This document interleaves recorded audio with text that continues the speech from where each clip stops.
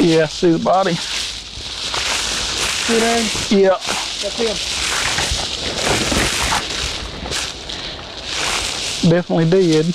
All we want is the truth. Man, I'm telling you, all I know is the guy told me that they were suspects in a murder case. The first thing that popped in my head was that gun. It was not in the box where it was always at, and I don't know what the is going on, but I want to know. This is the story of Samantha Wolford, a young mother, wife, and aspiring YouTuber, who would ultimately be unmasked as the mastermind behind a chilling crime. Her arrival at the Titus County Sheriff's Office appeared routine, merely a standard interview following the reported abduction of her husband during an alleged home invasion. But behind the facade lay a dark and calculated scheme that would soon unravel. The crime itself was disturbingly cruel, the kidnapping of a young father and a desperate search to find him before time ran out. But to understand the full weight of what transpired, one must rewind nearly 6 years earlier. At just 19 years old, Samantha was a single mother raising 10-month-old twin girls when she met 23-year-old Ernie Ibarra Jr., affectionately known as Dogen by those close to him. Their connection was swift, leading to a relationship, then marriage, and eventually 3 children together. Residing in the quiet town of Mount Pleasant, Texas, the couple appeared to be doing their best to build a stable life. Yet beneath the surface, their relationship was fraught with tension and strain. Over time, the fractures in their marriage deepened. What began as ordinary marital discord would spiral into a deadly conspiracy, one that would leave a family shattered and a small community reeling in disbelief. Titus County 911, what's your emergency? I have a home invasion. My niece is tied up. I am at the verge of untying my niece at this particular moment. Okay, she's tied up. She is tied up and gagged. And gagged? Is that what Yes, you said? ma'am. Is there anybody else there? Where are the kids? We have 5 small infants asleep. 5 small infants asleep? Yes, ranging from 7 to 1. 7 to 1 years old? Yes, ma'am. Does she know, Samantha, did you know who the suspects are? can I talk to her? Is she able to speak? Yes, ma'am. Hello? Hi, Samantha. I know you're upset, but I'm going to ask you a couple questions. Do you need EMS? No, they didn't do anything to me. They hit me once. She's advising no, they only hit her once. Okay. And I just asked my aunt if it was bruising or anything, and she said no, they hit me in the face. Okay, they hit you in the face? Yeah, they had me tied up, and they dragged me down the stairs to face my husband. And when my husband went in to face me, they hit me in the face, like, backhand slapped me. And so he looked at me then, and they said, I thought that would get your attention, and I want you to stare at this woman. Do you want us to kill her? And he said, no. And they said, then tell us the truth. And he said, I don't know anything. When a caller offers an overwhelming amount of detail during a 911 call, it can sometimes signal deception. The primary objective of contacting emergency services is to request immediate assistance, not to recount a lengthy theatrical account of events. In Samantha Wolford's case, she was no longer in immediate danger. Her focus, logically, should have been on locating her missing husband. But instead of urging authorities to act quickly, she drifted into an elaborate story, filled with unnecessary specifics and lacking any real urgency. This tendency to over-explain can be a red flag. Individuals fabricating a story often feel compelled to bolster their lies with excessive detail, as if trying to convince themselves as much as the responder. For Samantha, whose love of acting was no secret, it seemed more like a performance than a plea for help. I've always wanted to be an actress. I think it is so much fun. I've been extras in movies. I've had small parts in like short films, and I've done plays. I think it is so much fun, and it is so beautiful. It is one of the most amazing forms of art ever, to be able to express yourself that way. I think it's amazing. Shortly after 2 a.m., deputies from the Titus County Sheriff's Office arrived at the scene. What awaited them was a chaotic aftermath that demanded immediate action. A violent home invasion had reportedly taken place, and Ernie Ibarra Jr. was now missing. The following moments, captured on body camera footage by Corporal Chris Durant and Deputy Ed Godoy, reveal the raw, unfiltered response of law enforcement mere minutes after the chilling events unfolded. Sheriff's office. Come on, I'm upstairs. I'm sorry, sir. Sorry. Okay. Here. Hey, are you still talking with Sheriff? He told me that I have to stay. Tell her you're here. I did. She still puts you on She said hold. she still has a few questions for me before I can get off. Let me have it and I'll take care of it, and you talk to them. So, walk me through what happened. I don't honestly know what happened. I was in bed asleep, and we heard a noise, and the second I was able to open my eyes, somebody grabbed me and jerked me out of the bed and slammed me down on the ground and started tying me up and put a knife to my throat and told me don't move. Okay. They were punching him over and over and over, and because he was fighting back, and I was just letting him do it. And What's your husband's name? Ernest Ibarra. Ernest Ibarra? Okay. At this stage, the officer is conducting a routine field interview, but it's important to note that such statements can later be used in legal proceedings. Body camera footage becomes a critical tool, allowing investigators to identify discrepancies between a suspect's initial account and their later statements under formal interrogation. One of them did say the name Luke, but that's it. That was all. That's only in identifying anything of God. One of them said, "Hey, Luke," and the guy turned, but that's the only identifying anything of God. During the exchange, Samantha alters her voice to mimic the alleged intruder, an unusual and theatrical gesture that seems aimed at dramatizing the event rather than conveying genuine fear. Though her tone is emotionally charged, her words betray a lack of urgency or deep concern for her missing husband, Dogen. Instead, she appears more preoccupied with recounting her own version of the incident in vivid detail. Investigators soon learn that Dogen's phone was reportedly taken by the intruders. They took his phone, but they didn't take mine. I had mine hidden. Uh-huh. So I was able to... So he's got his phone? No, they have his phone. Okay, that's what I'm talking about. What's his phone number? Huh? Well, I need that number. Get that number from me. They cut my shirt off, and then after they made me stand there naked in front of him, threatening to do things to me. The guy said, I can't do it. You were outside or here inside? I was in the living room. When they took me to the living room, he said, "Get you a shirt and get it quick, because I'm not this type of person." So I started rummaging through my closet. He said, "I said get it quick," and pushed the knife against my throat. So I just grabbed whatever shirt and put it on. But he grabbed my shirt and he started cutting it. He cut it down the collar, and then he said, "What's your name?" Samantha. Samantha Wolford. Wolford. Where's that shirt at? Is it downstairs? What color is it? It's gray sweater. Gray sweater? Okay. That's what I was sleeping in. Okay. Yeah, I've got the front door's been kicked in. While one officer dictates observations of the crime scene over dispatch, Samantha turns her attention to a matter of her own, sending out a curious text message. Alright, this is what we need to do. I need to do an emergency phone ping yeah.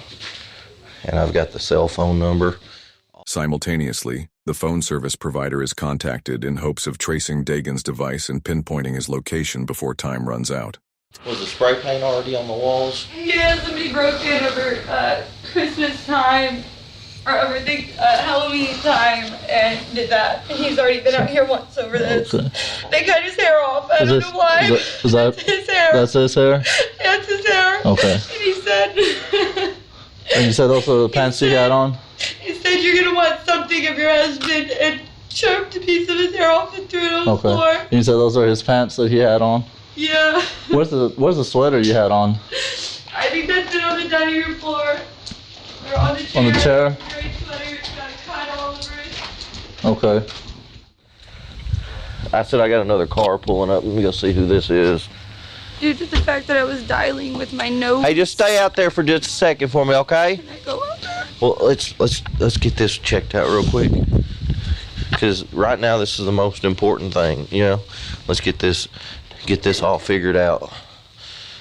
I don't see how me writing a statement is in the crucial hours of you finding my husband. It is, because I mean, this may help you trigger something to help us, you know. Is at 2:02 a.m. His cell phone ping 0.86 miles from a residence in Pittsburgh. You know anybody in Pittsburgh? Contact Pittsburgh. Interestingly, Samantha does in fact have a known acquaintance in Pittsburgh, an odd but notable detail. As the deputy continues collecting her statement, Corporal Chris Durant turns his attention to Samantha's relatives on the scene, her mother, Rosie, and her Aunt Ginger, hoping their insights might provide additional context to this increasingly troubling case. Sir.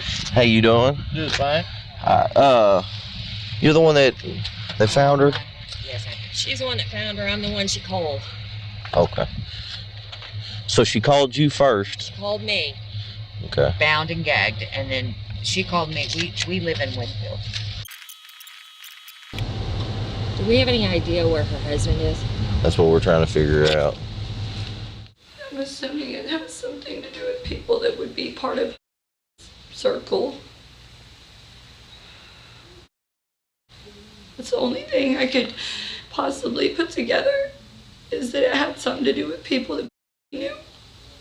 Samantha tells deputies that the intruders specifically mentioned someone she knew, claiming this individual was the motive behind the attack on her husband.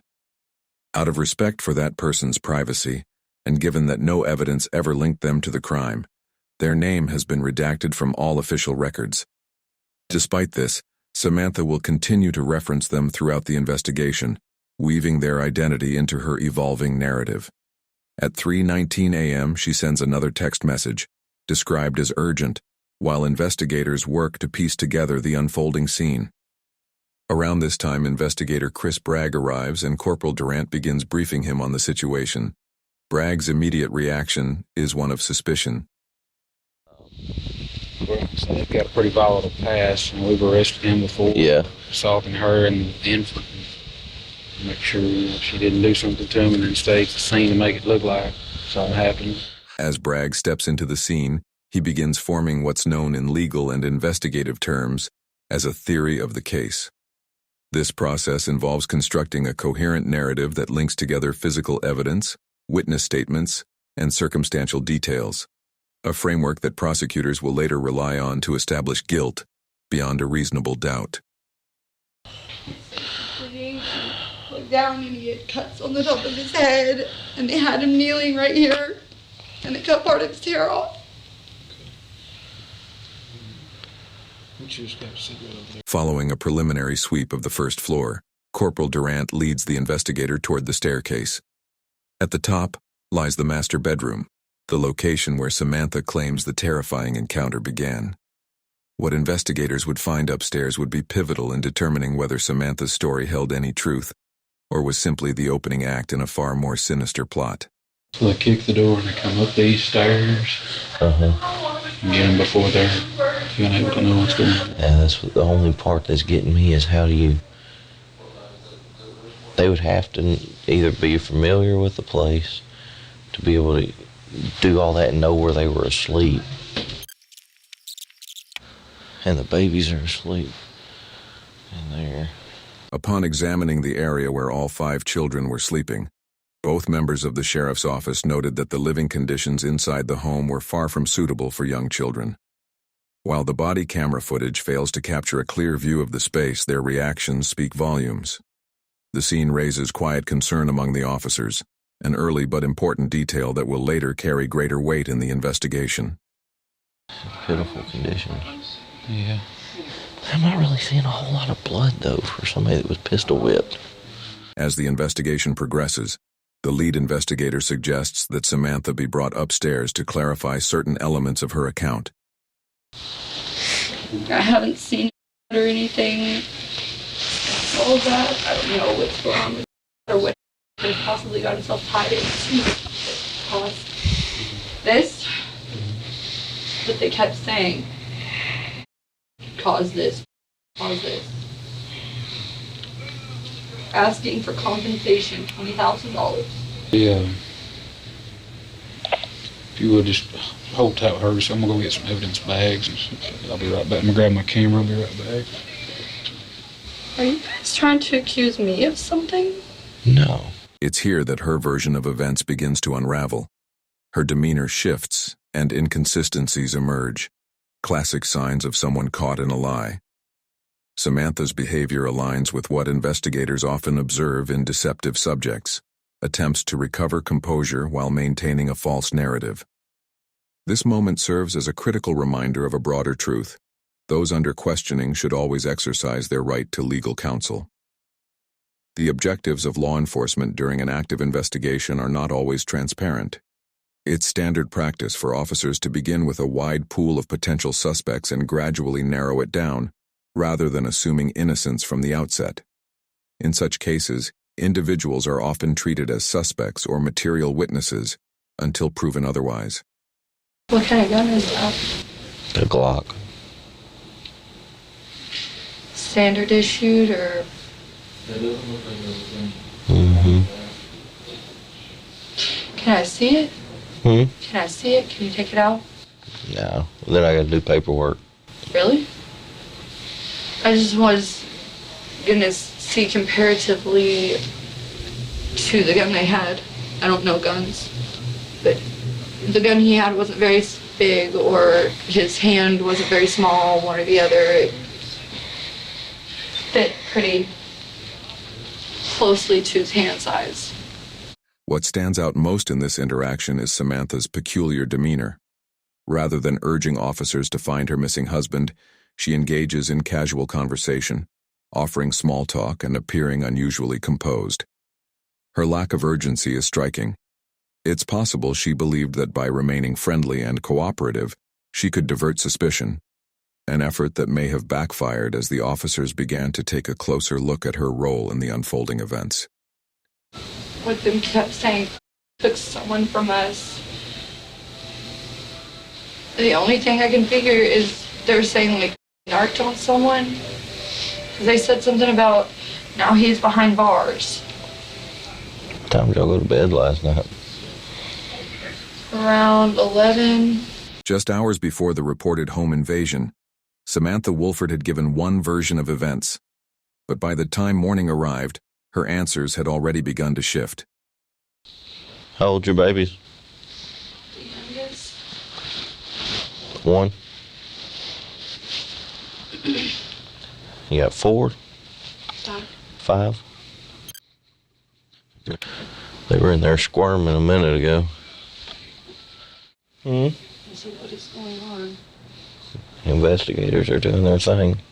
Despite the chaos that had supposedly unfolded in her home, Samantha displayed little concern for her children, and even less for the rapidly intensifying investigation. Her demeanor suggested impatience, as if the ordeal was a personal inconvenience rather than a crisis. What she failed to realize was that this was only the beginning. At 6:10 a.m., mere hours after the violent abduction of her husband, Ernie Dogen Ibarra Jr., Samantha arrived at the Titus County Sheriff's Office in northeastern Texas. It was there that the disturbing layers of this case would slowly begin to unravel. About to curl up on the floor and go to sleep. During her time at the station, Samantha placed a phone call to her mother. Strangely, the conversation was devoid of emotion. There were no tears, no panic, just a flat, almost indifferent tone. I would like something to eat. I'm starving to death.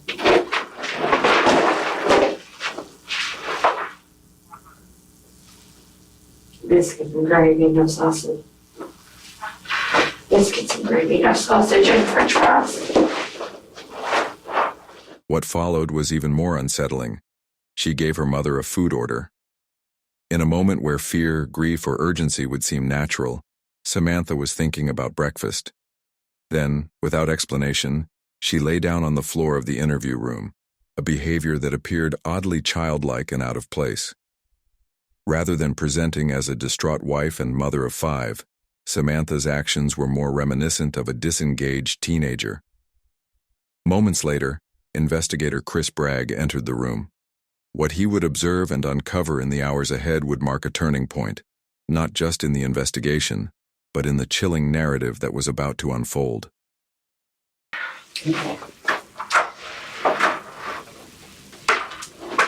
Have we heard anything? We're still working on everything. You get your walking. Sing for me. I feel like there's something he hasn't been telling me, but I don't know what. What's your gut feeling tell you? I think it's something to do with. What do you think would be going on with it? I hate, and I'm usually right, and I hate that, but he has a problem with getting involved in things that he don't need to be getting involved with. As the interview continues, Samantha appears to be laying the groundwork for a possible motive behind the alleged attack and abduction. She repeatedly references the same individual in her speculation, a detail that grows increasingly suspicious over time. Has he been using any drugs? No. What about you? No. And I can take a test right now. Her statements take on a convincing tone, a subtle but significant red flag in deception analysis. Rather than offering direct, simple responses, Samantha seems compelled to elaborate, as though trying to preempt disbelief. This type of over-explanation is often linked to deception, where the speaker, anxious about being doubted, feels the need to bolster their story with unnecessary affirmations. So have you had in the past used any drugs? Me? No. Never been involved in it? One particularly telling moment comes when Samantha claims she has never used drugs. However, David Smith, a former acquaintance of both Samantha and Dogen, has made statements that directly contradict this claim, further calling her credibility into question. Because there was one that come out there that drove a little silver Jeep Liberty. He was supposed to be some kin to her, supposedly. But I found out later from Jeremy Rule that he was her pill dealer. In addition, Samantha alters key details of her timeline. You remember about what time it was when you went to bed? I looked up at the clock and it was like 12:01 and I was like, yeah, you've got to get to bed because you have to be up in 5.5 hours. Sure. She now states that she and Dogen went to bed at midnight, contradicting the 11 p.m. time she gave to responding officers at the crime scene. The shift, though subtle, marks the beginning of a pattern. Her story is already starting to change. What's your first memory of what's going on? What's happening? Well, I took an Ambien, so it makes it a little harder for me to wake up. And I have a prescription with me if you want to see that. But when I can't sleep, it's supposed to shut your brain down so you can go to sleep, but also make it to where you can wake up fairly easy. Samantha continues to provide conflicting information, offering two more inconsistent statements in quick succession. Such contradictions often serve as warning signs in an investigation, as a single lie frequently requires additional falsehoods to maintain the illusion of truth. With each inconsistency, it becomes more difficult for the speaker to keep track of prior statements, increasing the likelihood of being caught in a contradiction. One particular inconsistency centers around her claim of struggling to wake up. It's possible that, upon realizing how that might be perceived, especially as a mother of 5 young children, Samantha attempted to backtrack. This effort to reshape her narrative may reflect a desire to appear more responsible or credible in the eyes of investigators, especially if she fears her account of Dogen's disappearance might otherwise be doubted. Of course. I remember at some point it was a little after 1, I saw the clock. Maybe on my phone. So it's still pretty foggy because it's fairly early to wake up after taking a sleeping pill. Adding to the skepticism is her admission that she had taken a prescription sleeping pill prior to the incident, yet claims she was suddenly and clearly awakened. Despite the circumstances, her delivery remains emotionally flat and unnaturally composed, almost as if rehearsed. Trauma victims often exhibit fragmented or disoriented recall, yet Samantha speaks with an oddly detailed, scripted precision. While it's possible she is simply trying to provide investigators with thorough information in hopes of aiding the search for her husband, Her repeated offers for investigators to verify details, such as confirming her Ambien prescription, suggest something more calculated. These preemptive reassurances may be an attempt to deflect suspicion and reinforce her credibility before deeper scrutiny sets in. They said, do you want us to have to kill her too? And he said, no, please don't harm my kids. And they hit him in the mouth. Our kid's okay. And they hit him in the mouth and he said we wouldn't touch a child.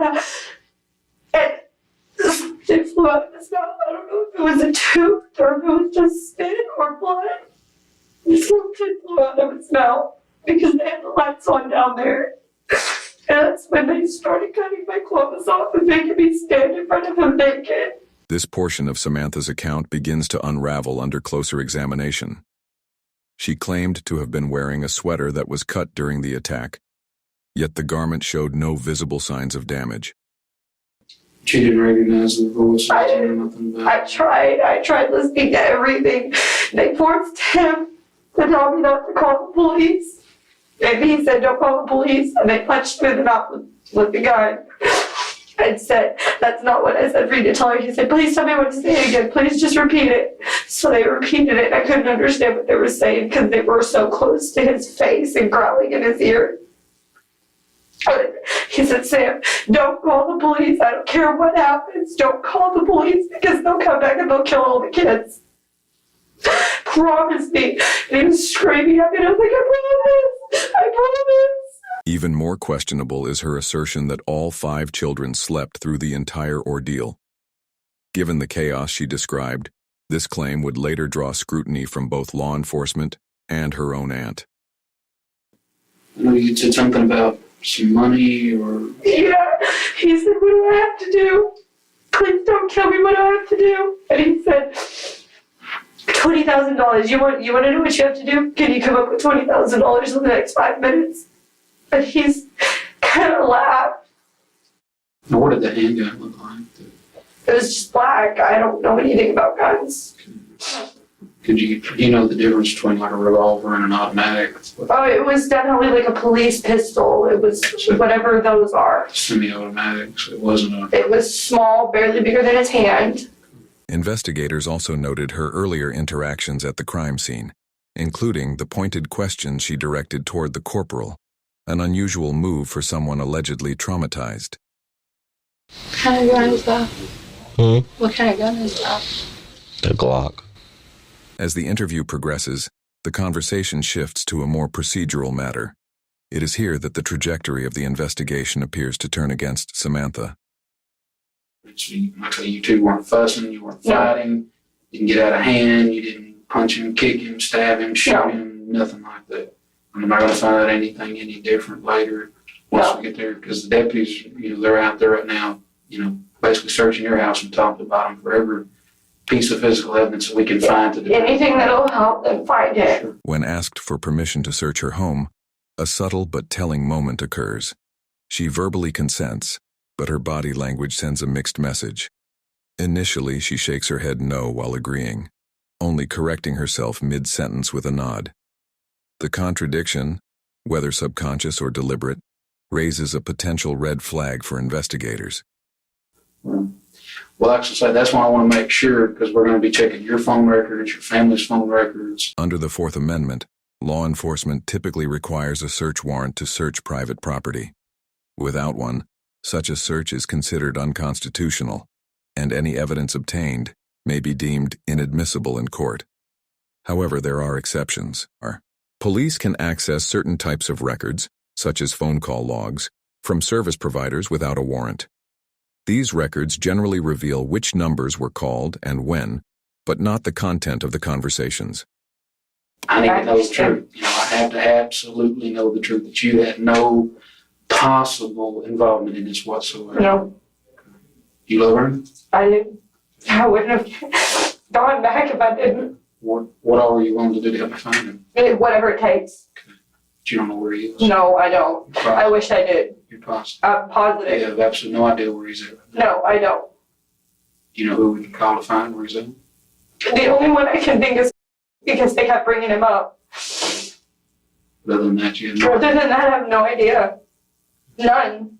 Back in the interview room, Samantha's body language reveals more than her words. As she speaks, her palms turn upward in a rotatory motion, a subtle but telling gesture. In behavioral analysis, this posture can suggest a lack of confidence in one's own statements. When paired with a declarative claim, it may indicate uncertainty or even deception. Rather than standing by her words, the gesture implies she's subconsciously pleading to be believed, which raises further doubts about the credibility of her account. He doesn't have any friends. I don't go out much. The one friend that I do really have lives in Sulphur Springs. I don't like drama. I don't like having outside chaos, so I just stay home. I'm just a stay-at-home mom. Samantha continues to redirect suspicion toward the same individual she previously named, repeating the claim throughout the interview in an effort to shape the narrative. She presents herself as a stay-at-home mother, but observations made by responding officers and investigators reveal a stark contrast between her self-image and reality. The condition of the home is deeply troubling. According to a report later filed by investigator Chris Bragg, who is currently leading the questioning, the Ibarra residence was in a state of severe neglect. The interior was described as filthy and unsanitary, with trash, human waste, soiled clothing, and dirty diapers littering the floors. The living environment was clearly unfit for children. I'm obsessed with making sure an animal is being taken care of the way it deserves to be taken care of. They're like children. They can't take care of themselves. Bragg also noted that the children were wearing visibly dirty clothes and appeared not to have been bathed in some time. These details would become critical to understanding the broader context of the case. And I'm watching this guy punch him in the face with a guy over and over. How did that make you feel? Horrible. So, I was hysterically bawling. so didn't make you feel glad or No. there's some torture? No. Because you told me that you felt good about, wanting to stab him, kill him. At some point in time, everybody loses their temper. But have I ever acted out and hurt anybody? No. And you can look at my record on that. As the interview continues, Samantha offers another telling remark. You can look at my record. In behavioral analysis, this is considered a convincing statement, a potential indicator of deception. Rather than letting the facts speak for themselves, individuals who are lying often attempt to validate their claims with statements designed to sound reassuring. In contrast, a truthful person typically has no need to appeal to credibility. The truth stands on its own. I have one count of criminal mischief, and that was because I tossed my keys to somebody and let them use my car. Sure. And they didn't have a license. Now, when they cut your shirt off of you, was it violent or did they just take Yes. their time and just... No, they jerked it out and started slashing at it with this apparently dull box cutter, and then when it didn't work, ripped it off over my head and threw it to the side. So it wasn't completely cut in half or anything? No, they started cutting like they were going to cut it down or across, and the blade wasn't working, so they said and ripped it off over my head. But as far as tonight, you had nothing to do with No. this experience. You don't know who did anything. No. You're positive about that? Yes. Well, what I need you to do for me is make me a list of everybody, friends, family, contact numbers, his boss where he works at Little Caesars, his boss where he works at the Talcott Woodcraft. After stepping out, the investigator leaves Samantha alone with her thoughts. Moments later, Sheriff Tim Ingram enters the room, taking his turn in the ongoing effort to uncover the truth. And this is why that it's very important, honey, that we want you to be honest, because I'm going to tell you what, the evidence we found on the scene, it's just not matching. I don't think you harmed this boy, but I think you know who did, because if somebody's going to kidnap him, why is there his blood in y'all's pickup? Kidnappers ain't going to use their pickup to do something with him and then put him out there and put him in the truck and haul him back. In his pickup, his blood? Mm-hmm. Yeah, somebody, it's apparent to me that somebody used his truck. As the questioning resumes, subtle physical cues begin to surface. Detectives are trained to recognize that heightened anxiety can trigger physiological responses, such as dry mouth, throat clearing, or coughing. When these behaviors appear or escalate suddenly, they may indicate a shift in the suspect's emotional state. Samantha's sudden cough, for instance, arises just as she learns that blood has been discovered in Dogen's truck. It may be a subconscious response to panic, an effort to soothe the dryness caused by rising stress. Meanwhile, investigators begin to pivot their focus. To take him somewhere after he was assaulted at y'all's house. I told him that they got into his truck because they wanted his ID. Because they said they needed to verify 100% they had the right person, is what they said. I don't know if they were one of the people that hit him or not. They sent somebody out to the truck to get his wallet to check his ID. Came back in and said, yes, he is who says he is. Okay, but that still don't explain why his blood is in that truck. They hit him in the face like 100 times. Well, no, but you said they went out and did it and got it. He was never supposed to be in that truck. If they had blood on their hands and got in the truck. No, it's drip blood. It's not. It's drip blood? Yes, he was in that truck. And this is what's going to look so bad is from your story, and this is why you don't have to be a suspect, and I still don't think you did it. I don't think you're strong enough to do it. But I personally, I think you're scared. I don't know if you had a boyfriend that you found out about. The goal is no longer just to piece together a timeline, but to determine whether others may have been involved. By probing for signs of accomplices, they are laying the groundwork to uncover a potential conspiracy, one that may reach further than Samantha has let on. I didn't have a boyfriend. Okay. I don't know what the deal is, but Sam, you've got your kids was in the same room. Samantha's statement that she's being as honest as she can is particularly revealing. On the surface, it sounds sincere, but in the context of investigative psychology, this type of language is often classified as a convincing statement. Truthful individuals typically don't feel compelled to emphasize their honesty. Their words and behavior naturally align. The phrase may also contain an element of truth. Samantha could very well be offering partial honesty, carefully omitting details that might implicate her directly. The addition of "as I can" functions as an exclusion qualifier, a subtle linguistic device that allows her to appear cooperative while withholding critical information. It provides her with psychological cover, enabling her to speak without fully confessing. There's just the whole layout of your house and the way you said they took him. It's just not making sense. Meanwhile, the interrogator maintains a calm and neutral demeanor, a strategic approach. Though the evidence increasingly points to deception, the detective gives no indication of suspicion, instead presenting himself as an ally. This is an intentional tactic. The more comfortable and supported Samantha feels, the more likely she is to let her guard down and reveal the truth. Okay. All right, we'll finish writing your statement before we get in, okay? You need something to drink? He left with my phone. Where did he take that? Well, we've got a search warrant for your phone. That phone's going to be ours for a while. Because the calls, every call you've made probably within the past year, we're gonna have to look at. Okay. Every text message, everything. So we've got a search warrant for your phone. Okay? Okay. I'm telling you everything I know. I'm repeating everything they've said. Okay. Well, just go ahead and you got your statement. We'll get back with you in a minute, okay? You can look at my record. I'm not somebody that gets into trouble. Sit right there and told me the same story just like you're telling me. And, they tried to convince me. And in the end, when the evidence come in, they sat there and we knew all along they were lying. We knew all along the story was made up. Investigators also apply subtle psychological pressure by suggesting that key evidence is already known or about to be uncovered. This creates a sense of urgency and uncertainty in the suspect's mind, pushing them toward a confession.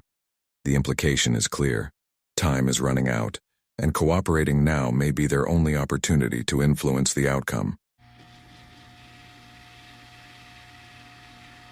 I will be the first person to come forward because I want it found. So let me ask you something. How did you call for help if you was tied up? I used my nose. So So they didn't take your phone in. They left your phone there. They asked me if I had a phone, and I told them no. And they asked him, So and I how'd you told get him to no. it? How'd you get to I it? wiggled on my side. Where was it? Where was I it? was on this side of the upstairs, and it was shoved up underneath the edge of the bed on this side of the upstairs. Who did you call? My mother was the first number on my call list. I just used my face. And So instead of calling 911 for help, you called your mother? how do you press 911 with your face? Well, how did you dial your mother with your face? I didn't dial my mother. I just pushed the first thing that was on there. It had just happened to be my mom. While Samantha may believe her explanation is plausible, investigators will soon hear from another witness who recalls seeing her with her phone resting casually on her lap in the immediate aftermath of the alleged attack. The detail, though seemingly minor, casts further doubt on her account and raises questions about her behavior during those critical moments. Shifting focus, the sheriff begins to probe into Samantha's personal life. Well, now see, here's something else I don't understand. Maybe you can help explain to me. You talked about how much you love Ernie, right? Mm-hmm.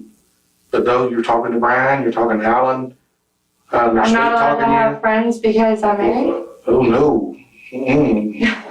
No, not that kind of friend when people like you, No, do you think that's normal for married people to In have the friends world like that? nowadays, in general, I think more people our age. I wish I could marry somebody like my dad. He's great to my mother. There's nobody else ever that could turn his eyes from her. He's the perfect husband. Okay. God knows I didn't marry anyone. He cheated on me more than once, and I think every once in a while to hear that I'm beautiful and to hear that I am an attractive person and that I am not the most horrible person in the world, it's nice. What follows appears to be an effort not only to justify her communication with other men, but also to cast her missing husband in a negative light. She claims Dogen would often tell her how horrible she was, an implication of emotional abuse. This line of explanation is striking, especially considering that her husband is still missing. In most cases, individuals in such circumstances are hesitant to speak ill of a loved one, particularly when their fate remains unknown. Samantha's remarks may be an early attempt to shape a potential defense narrative should her involvement in Dogen's disappearance be confirmed. Did Ernie ever look at your phone? Yes, all the time. Did he see those messages where you've been talking to them guys? Yeah. What'd he say? Nothing. He didn't particularly like it, but after what he put me through, he told me as long as I didn't bring anything home or do anything at the house, then he didn't want to hear about it. He didn't want to know about it. And I told him, I'm not cheating on you. Yeah, these guys tell me I'm beautiful and they tell me that I'm, and I go out to my mom's house and I go to the bar and I go dancing. Earlier, Samantha portrayed herself as a stay-at-home mother who rarely went out and maintained a quiet domestic life. But when confronted with evidence of her text messages with other men, her story quickly changes. The original version had served to support a more innocent image, one that distanced her from any outside influence or possible accomplices. Now, in light of mounting evidence, she adapts her narrative to accommodate the emerging facts, suggesting a calculated effort to stay ahead of the investigation. And yeah, I may have a little too much to drink and someone says, hey, can I have your number? And I may give it to them, but that's as far as it goes. Samantha's repeated references to her own appearance, particularly describing herself as beautiful, may offer insight into her personality. This preoccupation with how others perceive her could be indicative of narcissistic traits. Individuals with narcissistic tendencies often crave admiration and validation. It's possible Samantha felt unappreciated in her marriage and sought the attention she believed she deserved from other men. Hey, in your statement, you might want to just go ahead and write in there after you talk about what happened tonight. You might just want to talk about and put in there that you have been friends with, because who's to say that one of these guys didn't set it up to try to get you where you're single and I can come in and get you and just use that as a ploy. See, and that's what I'm saying. I may know something without even realizing I know something. As the interview continues, the detective begins laying the psychological groundwork consistent with the Reed technique, particularly entering the theme development phase. He subtly introduces the idea that one of the men interested in Samantha may have played a role in her husband's disappearance. If she can accept this suggestion, even in part, it opens the door for a gradual progression, from acknowledging knowledge of the event to eventually admitting direct involvement. When the sheriff proposes that someone might have orchestrated the attack to make Samantha available, she appears to recognize the implication. In that moment, it becomes clear that her earlier performance is losing credibility. Rather than directly confront the suggestion, Samantha reverts to casting herself in the role of the victim, once again, deflecting suspicion and attempting to draw sympathy. Her continued redirection reinforces a consistent pattern, avoiding responsibility while subtly manipulating the narrative in her favor. In October, things blew up. He laid his hands on me. I put criminal trespass on him, not on his sister, because she was acting crazy and harassing me. My friend David Smith had talked to me earlier, said he might come by later that night. I told him it was probably not the best idea. Why? Ernie going to be there? Who's this David Smith? He called in and reported that he was there. Then, when he realized that I intended on giving him the chance to be the better person he says he's going to be, and to go through the criminal trespass or the anger management courses and go through and do what he says he's going to do, and I'm going to give him that chance out of home on his own without having a judge to force him to do it.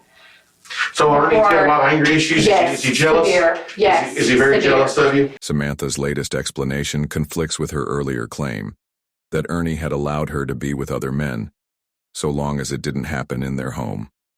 The shift in her story reinforces a growing pattern of contradictions.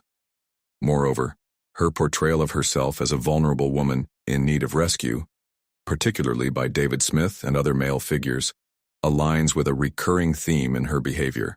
This damsel in distress narrative may not just be strategic, but reflective of a deeper psychological need for validation and attention, traits often associated with narcissistic personality disorder. Yes. David Smith hit him up because me and him had been hanging out. I hadn't intended on ever hearing from Dogen again, Ernie. I had never intended on speaking to him again. He cheated on me and he laid his hands on me. I was done. Well, his sister talked his way back in, and he said he loves you, blah, blah, blah. He wants to be with you. Well, I was on a Skype conversation with him, and David was at the house, and he heard it. What did he do? He got freaking furious and started freaking out on me and treating me like crap and threatening me.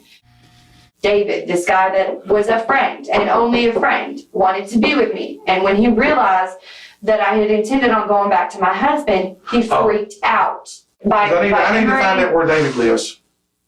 If you say he lives close to you, I need to find out where he lives at.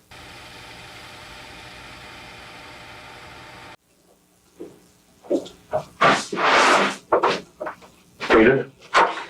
Hey, there is one other way that we can make absolutely sure and clear you. We can give you a polygraph test. Would you mind me speaking to my mother before I completely agree to that? Well, but now if you have nothing to hide, why would you want to talk to your mama? Because it's nothing against you personally, but just cops in general. You hear such negative things and how they are not out to help you, and CPS is the same way, and I just kind of want to get my mom and dad's opinion on if it's in my best interest. You know what? I think?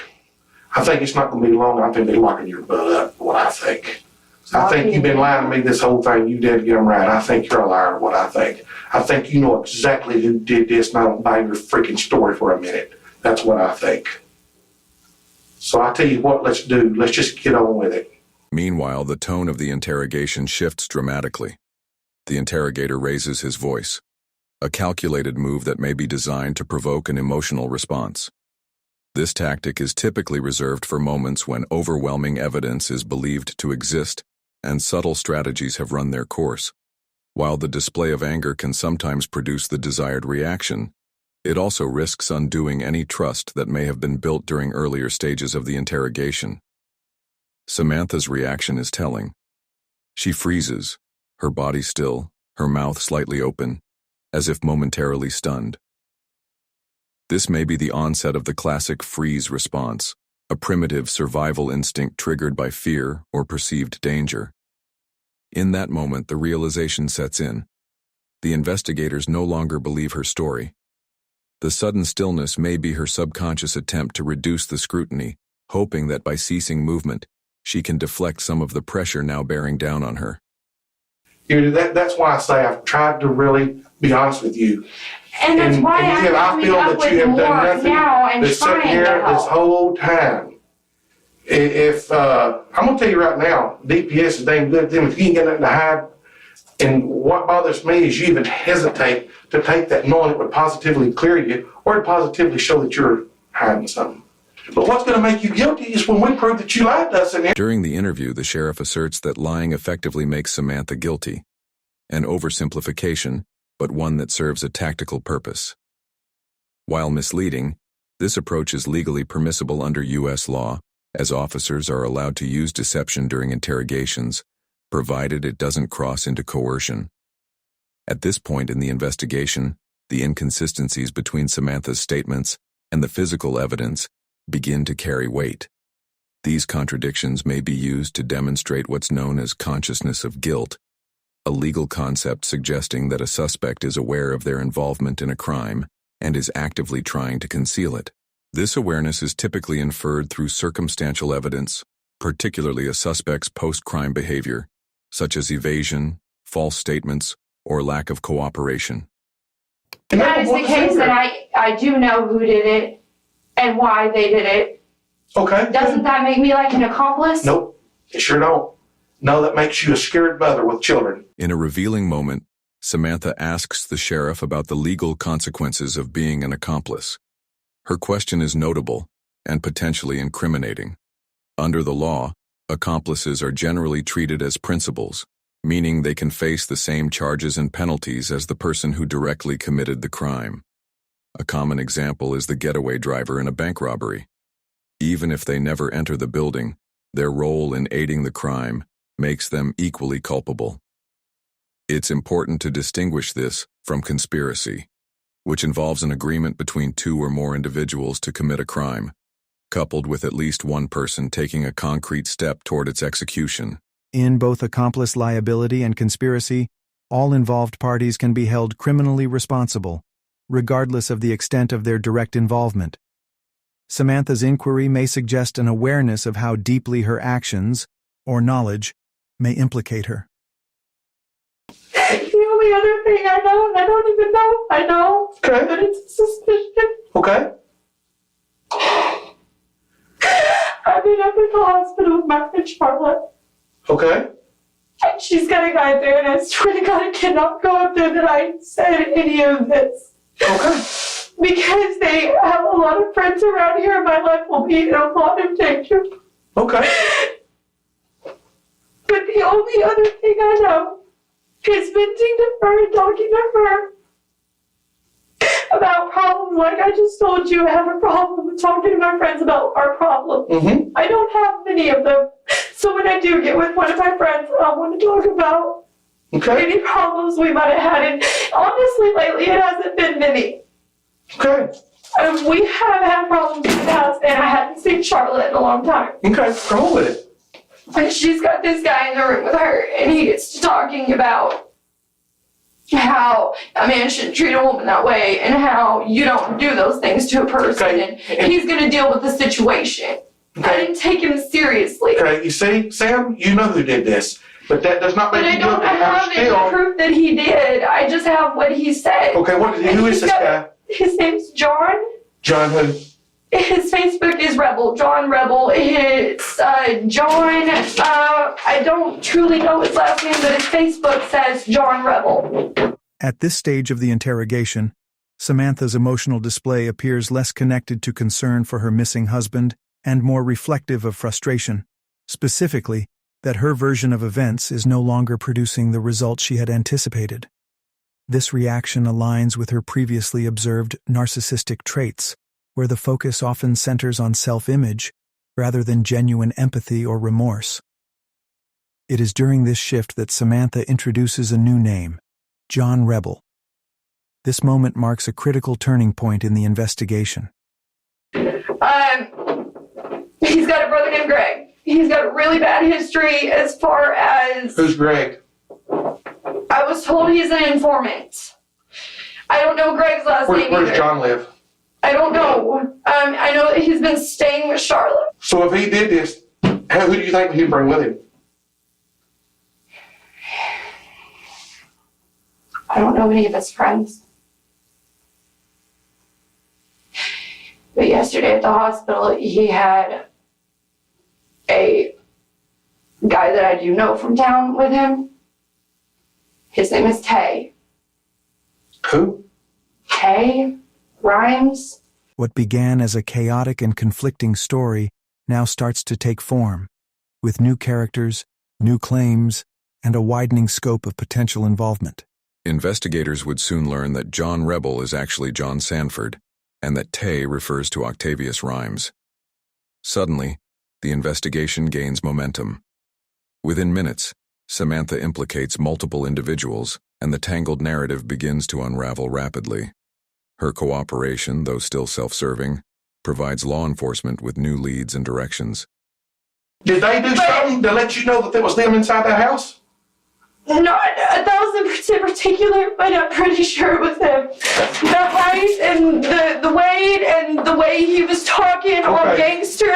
You pull yourself together and get to writing, and we need to arrest these folks and keep them off the street where they can't hurt you and your children.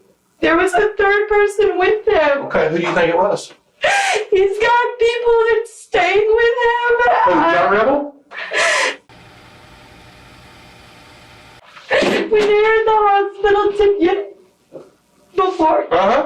before this happened at my house. Yes. Tay was with him. There was another guy, I don't know his name, but he pretty much fits the build of the third guy. There was 3 people? Yes, at the house there was 3 people. And at the hospital yesterday, you can look at the cameras, there was 3 people. So they'll have them on the video camera there at the hospital? At the hospital, yes. Okay. There was Tay and that guy and this third party. The one that I said was basically like the ringleader that was bossing everybody around. The other 2 really didn't talk much other than a word here and there. But it was the big guy, the third party that was at the hospital. Interestingly, Samantha insists she doesn't know the third man involved, the one she encountered at the hospital. Yet she's quick to direct suspicion toward him. The only thing I know about the heavyset dude is they called him Jojo, but they told me that wasn't his name. I believe they said it was Jose. Despite claiming she had just met this group, she offers strikingly specific details about the man she refers to as Jojo, including where he lives and the fact that everyone calls him by that nickname. This growing inconsistency does not go unnoticed. It raises further doubts about Samantha's credibility and her true level of involvement. And significantly, it brings investigators back to an earlier detail. The corporal's discovery of a ping from Dogen's phone, a small but crucial piece of evidence that hinted, even then, at the deeper web they were only beginning to uncover. There's something 0.86 miles from a residence in Pittsburgh. Earlier in the interview, when asked whether she knew anyone in Pittsburgh, Samantha had no answer. But the truth soon emerged. She did. Both Tay and Jojo, the individuals she had just implicated, were in fact residing in Pittsburgh. As the investigation began to escalate, Samantha stepped out for a smoke break, while members of the sheriff's office moved swiftly, determined to intercept the suspects who had been frequently visiting Charla's hospital room in recent days. At 9:39 a.m., both John Sanford, also known as John Rebel, and Jojo were taken into custody at the hospital. What follows in their respective interrogations would prove to be not only revealing, but damning. By 10:10 a.m., John Sanford was seated in the interrogation room, wearing black pants and a black long-sleeve shirt. His outfit closely matched the description Samantha had earlier given of the intruder's clothing. Despite the serious nature of his situation, John appeared surprisingly at ease. His relaxed demeanor suggested he may have believed that cooperation, or at least the appearance of it, might earn him leniency or gain the investigator's trust. But as the hours unfolded, it would become increasingly clear that the evidence against him, and against Samantha, was quickly tightening its grip. John, you know what this is about, buddy. You know exactly what it is. You know what happened over at Samantha's house last night. That's what we want to talk to you about, okay? I'm on Mirandize you. You know your rights. You don't have to talk to me if you don't want to, and that's fine. I hope you decide to, because I think there's some things you're probably going to need to tell me, your side of the story, and see if it's going to match Samantha's. Because Samantha, well, I'll be honest with you, she's pointing the finger at Jojo. She said you was with him. Now, do you want to talk to me just a little bit about this? Yeah. Okay, well, let me tell you what they're saying first, because I think you'll be honest, because our bear's dead. He's dead. But now, according to Samantha, you was just a bystander. Why, Jojo beat the living crap out of him up in that room where we got all the blood and collecting evidence. In cases involving multiple suspects, law enforcement will move quickly to isolate them. The goal is to prevent any coordination of stories and to increase the psychological pressure on each individual. Detectives often introduce subtle doubt by suggesting that others are already talking, planting the seed that loyalty has been broken. This tactic forces each suspect into a dilemma: confess and potentially control the narrative or remain silent and risk being blamed entirely. During John Sanford's interrogation, the detective employs a classic element of the Reed technique, shifting blame away from the suspect. By suggesting that John may have simply been a bystander or under someone else's influence, the detective lowers the barrier to confession. This strategy is designed to make admission less threatening, encouraging cooperation without immediately confronting the full weight of guilt. However, from a legal standpoint, the distinction between participant and bystander may be irrelevant. Under the doctrine of accomplice liability, any person who aids or abets in the commission of a crime, particularly a homicide, can be held equally responsible. If prosecutors can demonstrate that John knowingly supported or facilitated Dogen's murder, he faces the same legal consequences as the individual who carried out the act itself. Okay, this all started yesterday. Like you said, yeah, we talked to her about her problem with her husband and all that. Never did I plot to kill the guy. I have a problem with males hitting females. And I do too. She did say that there's been times it's crossed her mind to do stupid shit, this and that. Like what? Like, basically, like, get somebody to f them off. Like, not kill them, but like just beat the out of them, set them up, shit like that, right? And I told her, I said, well, damn. I said, you're talking to somebody that could do that, but I wasn't going to, though. John Sanford begins recounting the events of the previous night, starting with a brief stop at Samantha Wolford's home. Jojo had the keys. He was passenger seat. In front? Yeah, passenger. Who was driving? I drove because... Okay. Who was with you? It was me, Jojo, and the dude in the back seat I have never seen a day in my life. Except for, I do know... What's his name? All I know is he was related to Tay. Yeah, because I think I know who he is. According to his version, Tay was not in the vehicle with them. Instead, someone connected to Tay was seated in the back seat. This detail subtly distances Tay from direct involvement while redirecting attention toward others in the group. Okay, let me rephrase that. I have seen them because I have been running around Pittsburgh, but unless they live on Cypress Street, I don't know who they are. Okay, I got you. Okay, well, go ahead. Y'all all three together. So, you was driving, but you didn't have the keys. Didn't have the keys, and I really didn't have a choice because I like my life. As the narrative unfolds, John shifts the focus toward Jojo, Jose Ponce, suggesting that it was Jojo who orchestrated the plan. He claims Jojo threatened him into driving, an implication of duress. While duress may serve as a legal defense for certain crimes, it is rarely accepted as a defense in cases involving murder, especially when there is evidence of premeditation or voluntary participation. John continues his account of what transpired at the Ibarra residence. They go in, I'm the only person that knows the layout to the house. So Jojo asked me, like, where they sleep at?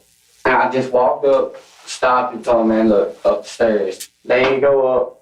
I have to go up in the middle. It was Jojo, me, and then the last dude would go up. And that's when all hell breaks loose. Beat the living hell out the dude. Honestly, me personally, I do not believe Samantha really had a hand to play in it. I think that what she was saying just kind of got took too far. Okay, so what happened? Who beat the hell out of him?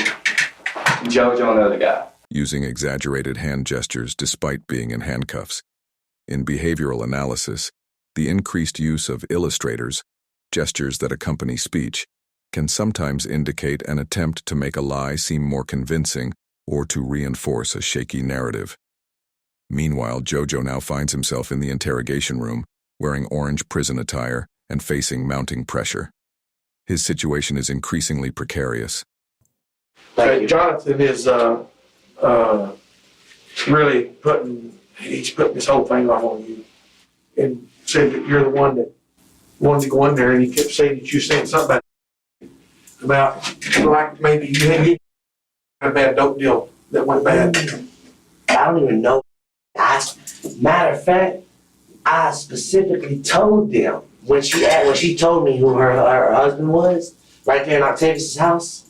Mm-hmm. When she told me his name, I told her. I don't even know who they are. I don't even know him. Jojo said, well, what do you think you can do? You think you can come up with 20 grand in 5 minutes?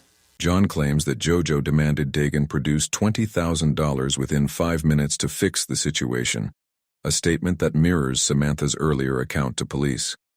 While this could indicate consistency because it's true, it may also suggest a coordinated story. Samantha's interrogation footage shows her attempting to frame the incident as drug-related, possibly to downplay her own involvement. Taken together, the parallel statements raise a critical question. Is this a genuine account of what happened, or a rehearsed version created by the group in a last-ditch effort to mislead investigators? Jojo tells me, all right, stay here and watch him. Dude's out cold. I'm talking about folded up, basically like literally like this, on the ground. When we got outside the house, they had him up against the truck, hands still behind the back, had his face down like this. What part of the truck? The hood of the truck. Okay, that makes sense. That's where, okay. During the interrogation, the investigator momentarily catches himself, stopping just short of revealing a key piece of evidence. This restraint is intentional. Withholding certain details allows law enforcement to test the credibility of a suspect's account and to later tie physical evidence to specific individuals through corroboration. They went through the truck. And at this point is when I started thinking, damn, what the really going on? Because they put the dude in the back seat. So we go. We leave. As we're going, they tell me, I go here, whoa, I'm driving. We go all the way out to the country. Get out to the country. Next thing I know, they walk off. They're all like, go start the vehicle. Go start the vehicle, he throws me the keys. So I'm like, what the f? So I start running back to the vehicle, and in my mind process, this is my neck of the woods now. So you know where you're at? Yeah, this is my neck of the woods. We're fixing to go out there, me and you. We're going back out there. Because everything you're saying so far is matching 100%. Before I make the vehicle, all I hear is pop. Who's got the gun?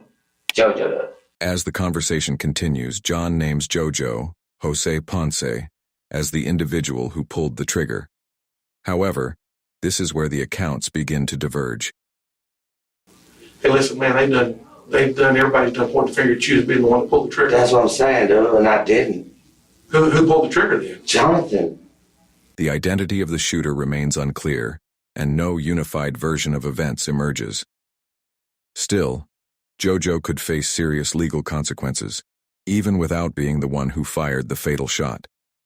Under the theory of accomplice liability, the prosecution need only prove that Jojo aided, abetted, or intended to facilitate the crime. Alternatively, if it can be established that he entered into an agreement with Samantha or John to carry out the murder, he could be charged with conspiracy to commit murder. In either case, the legal outcome would be equally severe. With the interrogation concluded, Sheriff Tim Ingram signals that he's obtained what he needs from John. Sanford is escorted out of the room, but his involvement is far from over. The next step is grim, but necessary. Locating the body of Ernie Dogen Ibarra Jr., Sheriff Ingram and investigator Aaron Baxter prepared to depart the Titus County Sheriff's Office accompanied by John Sanford, who is now assisting in the recovery effort. Chief Deputy John Livingston follows close behind in Baxter's vehicle. Aaron's body camera is rolling, ready to capture the disturbing revelations that lie ahead. What they are about to uncover will mark a chilling turning point in the investigation, as the hidden truths of that early morning begin to surface in harrowing detail. Well, you think old cuz went to bed after all this? You think he's home in bed? I honestly don't know. Who will know who cuz is other than in case the crib will talk to me? Who's gonna know this guy's gonna get him quick before he tries to do anything?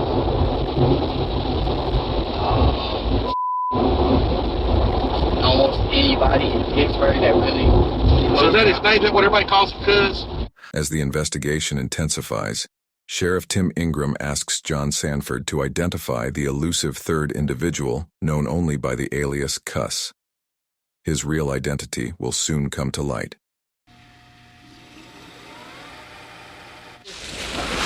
Yeah, see the body. See there? Yeah. That's him. Definitely did. Okay. What we need to do now, oh yeah, he's dead. He's not gonna be alive. What we need to do now is two of us need to break off and take him and use the recorder, and let's go get that gun. Tragically, at 11:28 a.m., law enforcement locates the body of Ernie Dogen Ibarra Jr. Investigator Aaron Baxter places a call to the Camp County Sheriff's Office, notifying them that a homicide has occurred within their jurisdiction. Back at the Titus County Sheriff's Office, Samantha has returned to the interrogation room. The time now reads 11:45 a.m. She appears restless and fidgety, unaware that just 17 minutes earlier, Dogen had been found deceased. The weight of that knowledge, still withheld, lingers heavily in the air.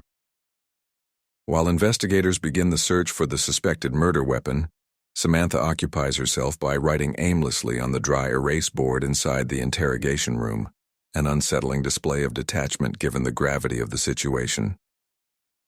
At 11:58 a.m., Samantha exits the room, and Aaron's body camera footage resumes. Joined by Sheriff Ingram and fellow investigators John Livingston and Aaron Baxter, Sanford leads them to the location where the firearm is believed to be hidden. Sitting on the front steps of the residence is a woman named Lacona Slayton. Her involvement in the case remains unclear for now, but her role in this unfolding tragedy will soon be revealed.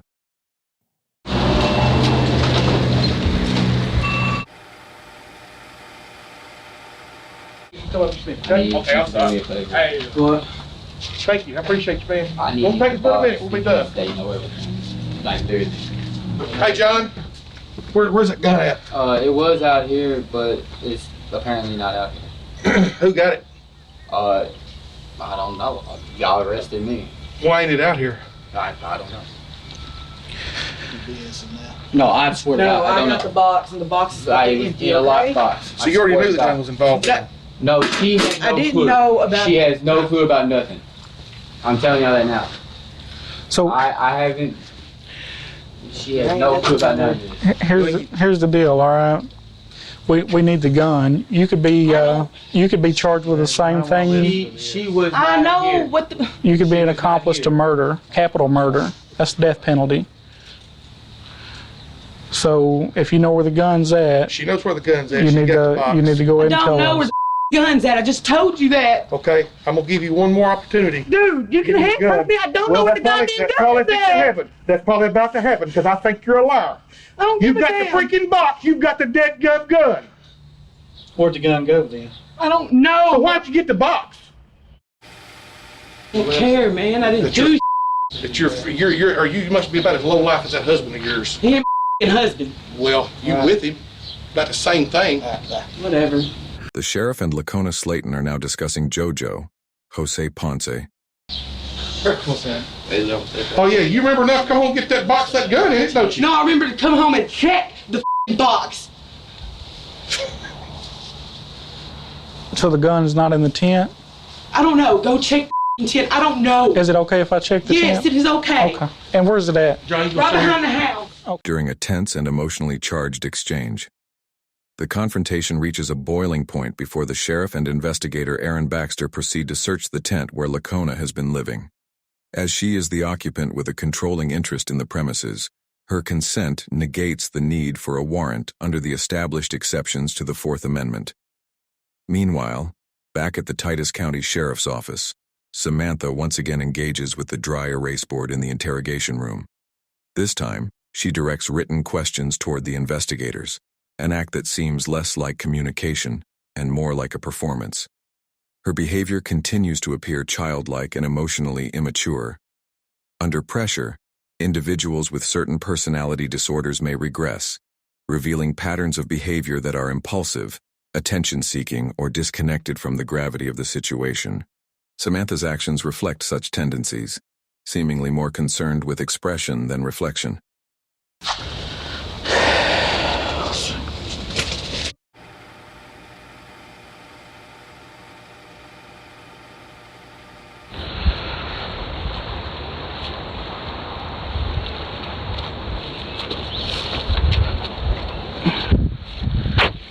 There you go, right there, I bet you.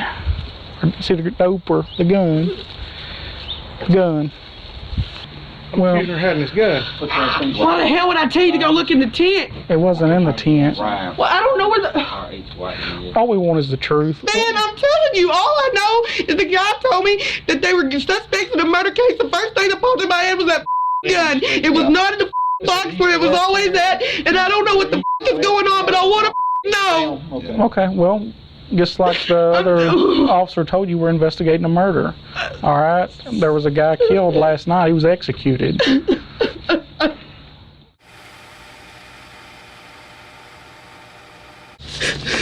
He wasn't supposed to have it, was he? No. Convicted felon or? Yeah. Okay.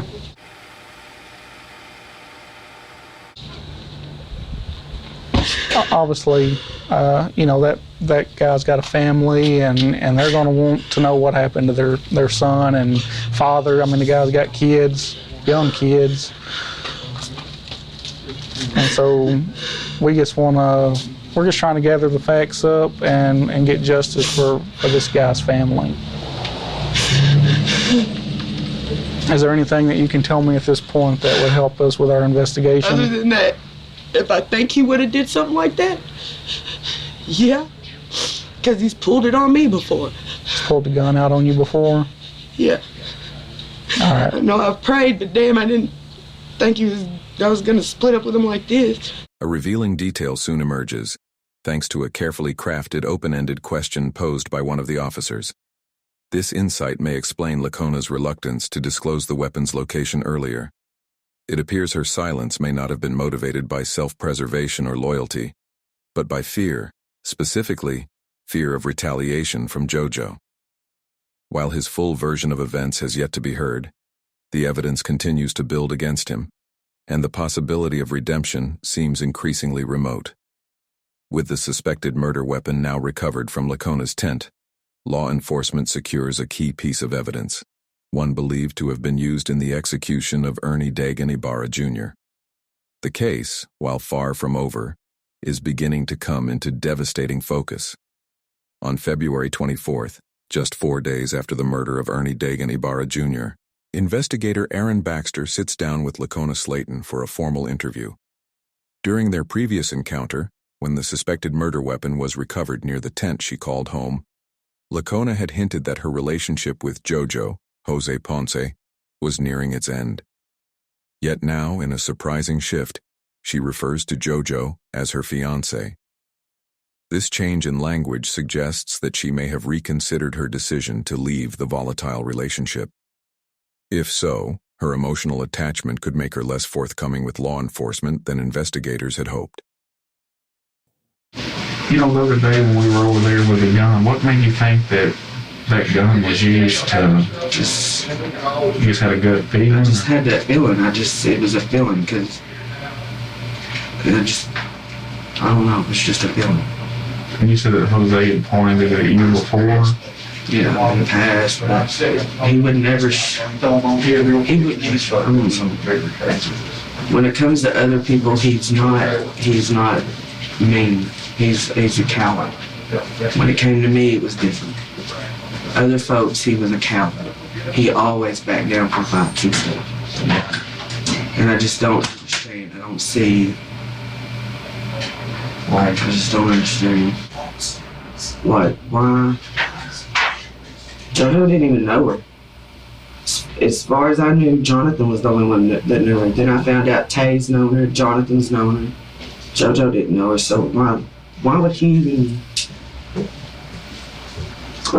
During the interview, Lacona appears genuinely confused by the alleged conspiracy, particularly Jojo's involvement. She expresses disbelief, noting that Jojo had only met Samantha the day before the murder. This detail raises further questions about motive and influence. According to testimony that would later be provided by John Sanford, all three men smoked methamphetamine during their drive to the Ibarra residence. If true, this could offer partial insight into the group's erratic and violent behavior that may have been uncharacteristic, particularly in Jojo's case. So why don't You you tell me never from found that gun in my tent. I promise you didn't. where you think I found it? I know exactly where you found it, which is in the spot that Jonathan hid it. Jonathan put it there? Seriously? Yes. Now under growing pressure from the mounting evidence, Jojo, Jose Ponce, appears to believe that his knowledge of the weapon's location might serve as leverage, a potential means to redirect blame onto John Sanford. Jonathan blew his pistol out and he hits him with it. Where'd Jonathan have the pistol at? In his waistband. Whose pistol is it? Jonathan's. Where'd he get it? Beats me. However, as investigators compare statements and cross-reference facts, it becomes evident that Jojo's strategy is unraveling. Shifting responsibility won't be as simple as naming another suspect. Notably, Jojo's account conflicts sharply with John's version of events. One of the most significant discrepancies lies in the ownership of the murder weapon. Jojo insists that the gun used to kill Dogen belonged to John, though he cannot explain where John supposedly acquired it. That claim, however, is quickly contradicted.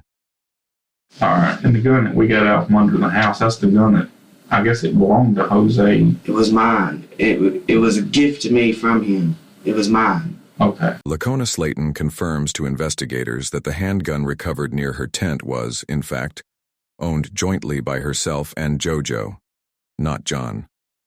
This admission effectively dismantles Jojo's claim and ties him more directly to the crime. What I need to do, I've got Samantha's version. Samantha is the ringleader. I never met her until yesterday. So you just up there with Charlotte and them, that's when you met. That's when right, yes sir, I met Samantha. And I met her 5 kids. Mm-hmm. We all left. We get to Walmart. We're at Walmart for a little bit. All of a sudden, Octavius Rhymes walks up to me. He said, "Man, I gotta go." I said, "Why?"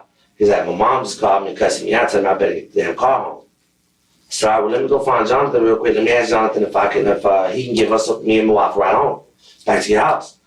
When Jonathan took me home that afternoon, though, Octavius was home. Octavius ended up leaving with Jonathan.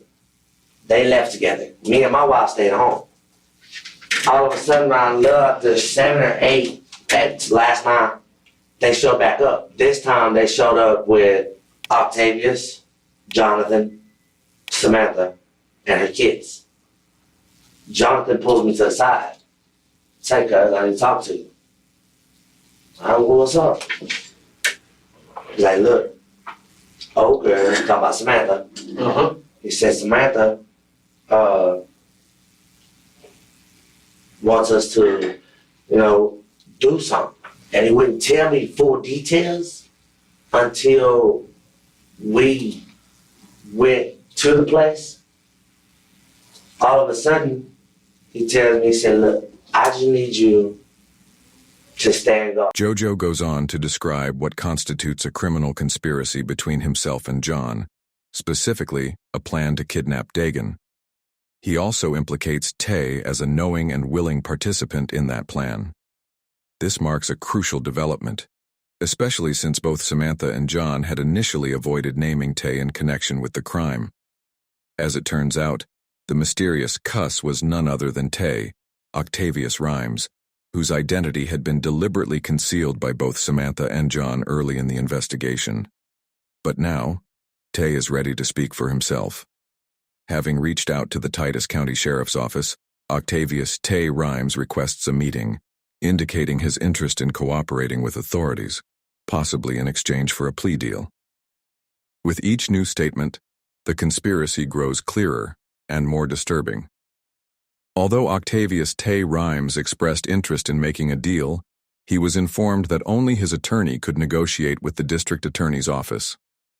Still, he went ahead and shared his story with investigator Wayne Minor. I could have spoke to y'all without a lawyer, but I admitted to y'all, that I was in the vicinity when they took the dude from his home, but I didn't realize that they were planning on doing. So like I said, I know y'all ran my criminal background history already. I don't have no violent background, I don't have no felonies, no misdemeanors. No, I've never been in no serious trouble like this ever. So I'm trying to work with y'all, but I can't really give y'all no more information if there ain't no deal on the table. In multi-defendant cases, plea deals are common, offering reduced sentences in exchange for cooperation or testimony. However, it's important to note that police cannot make legally binding deals. Only prosecutors can. Any promise from law enforcement holds no legal weight unless approved by the DA. Tay's willingness to talk, though not official, may still influence the prosecution's strategy moving forward. I stayed downstairs the entire time. But she whistled. So that means she was downstairs. Because like I said, me, Octavius, and How'd she whistle? Was it like that or? Yeah, like that. That's what I'm saying. She was downstairs. She had to be. But you didn't see her? No. And so who went back in when she did? Jonathan did. And all of a sudden, Jonathan comes back out and says, "Come here, cuz I talk to you." So we walk over here. And he's like, her mom just called, said she's that a friend, she's sending a friend over to see her or whatever, something like that. He's like, so she said, we got to go, we need to go now. Jojo claims that Samantha urged them to act quickly. Phone records confirm that she contacted her mother to report the alleged attack. Knowing her mother lived an hour away, Samantha likely assumed that would provide enough time for the men to leave the scene with Dogen before help arrived.